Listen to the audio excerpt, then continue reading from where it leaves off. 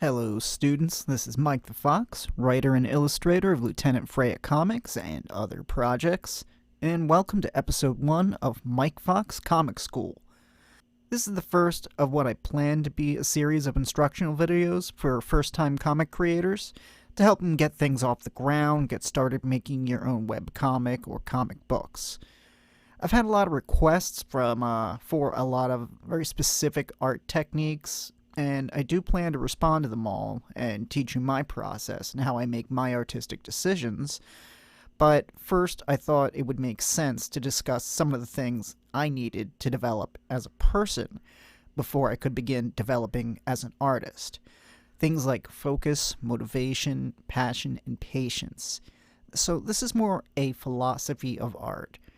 Now, a philosophy is a general set of principles which drive us and guide our creation as artists, as compared to the actual tools and techniques used in the nitty-gritty of drawing.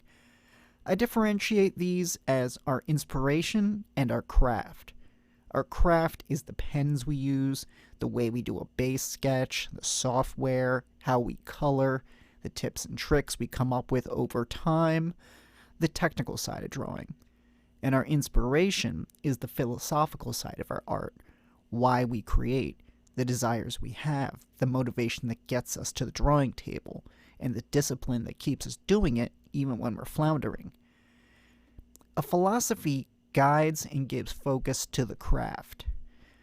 Willie Keeler was a baseball player who once described his success as a batter as, "I hit 'em where they ain't," which is why he scored points, because he hit the ball where the other team couldn't catch it, which is an oversimplification, really. Without years of practice and dedication, he couldn't have the skill and intuition to accomplish that goal. So his philosophy of baseball, hit 'em where they ain't, is useless without his craft, the time to practice and at bat.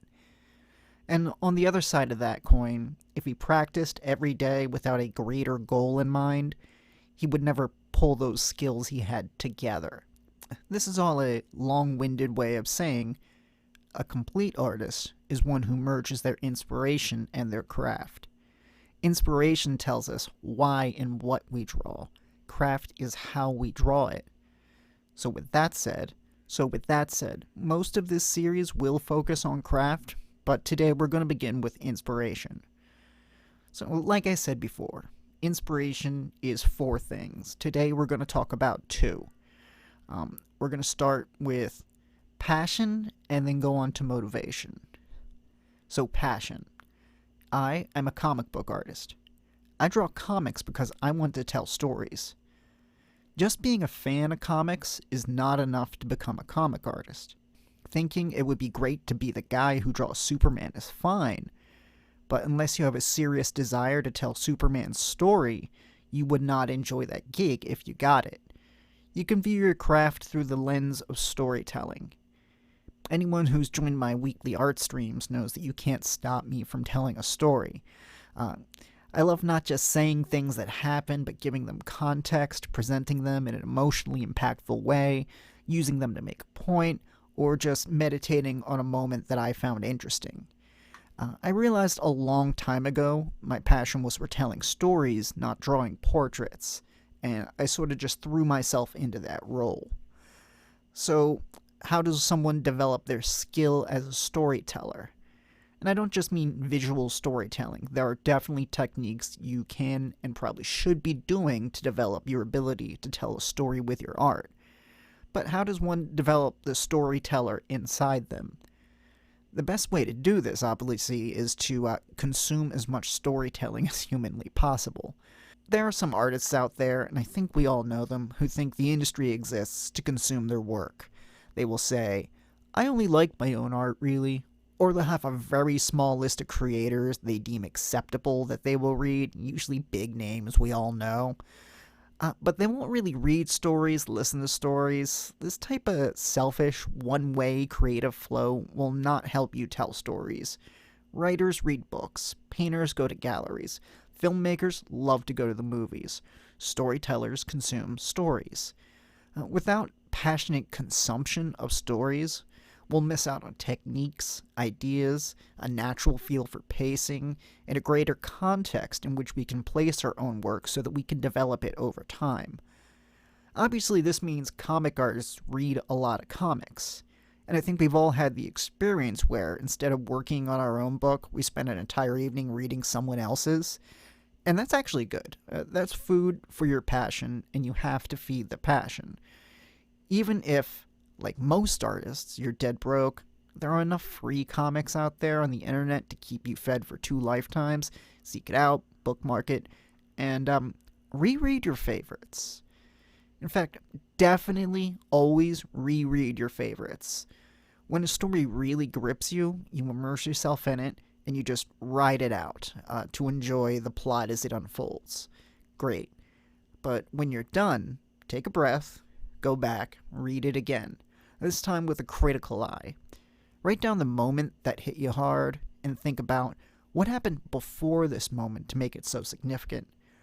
What do I expect will happen as a result of this moment?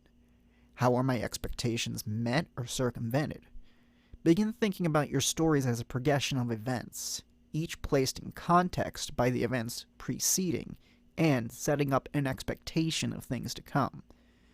Pay attention when you read to moments that develop a character, create a problem for them to overcome, mark a shift inside the character, and keep a creative eye on what's going on and why a story satisfies you.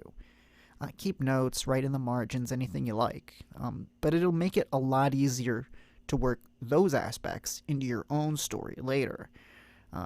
It should be second nature to you after a while, and it is a real joy to sit back and appreciate something beautiful another creator accomplished. Now, here's something my readers might not know. I have a lot of trouble reading comics. After about 9 concussions and some other events involving my skull, I have chronic issues with focus and linear thinking. My brain gets hijacked sometimes, fails to focus, and sometimes I can't manage to put all the information on a page in the proper order to read and enjoy without a lot of work. But I don't let that stop me from enjoying stories. When I draw, when I drive, when I'm sitting doing nothing, I listen to podcasts of storytellers, specifically real or fiction. I look for narrators on YouTube, reading other people's stories, real life stories told by professional fiction writers, aspiring, famous, anybody that's got something to say. All of this just because I love storytelling, and I'll take it any way I can get it. Like I said, it feeds my passion, and it nurtures my own desire to create. And just as an aside, and I will discuss this later in videos about craft as an exercise you can do, but when I was really young, I would sit and listen to music with headphones in my bedroom, and I would put a song on repeat and think of a story to go with it. I would get the general beats of the story, almost like a music video, and then start picturing the visuals. Eventually, I would draw out storyboards as if I was creating an animation for the story in my head. And I had one rule that made this interesting. The lyrics of the chorus at the end had to mean something different than they did at the beginning because of the visual context I added. And I'd usually try to shoot for a single moment in the middle that would change that context of the story I made up. My point is, I always had a natural passion for stories. But I also took intentional actions to nurture that passion. And that's why I want to draw comics. I'm an illustrator with a passion for stories. That's what a comic book artist is. It's the best reason to get into comics. You have a story to tell.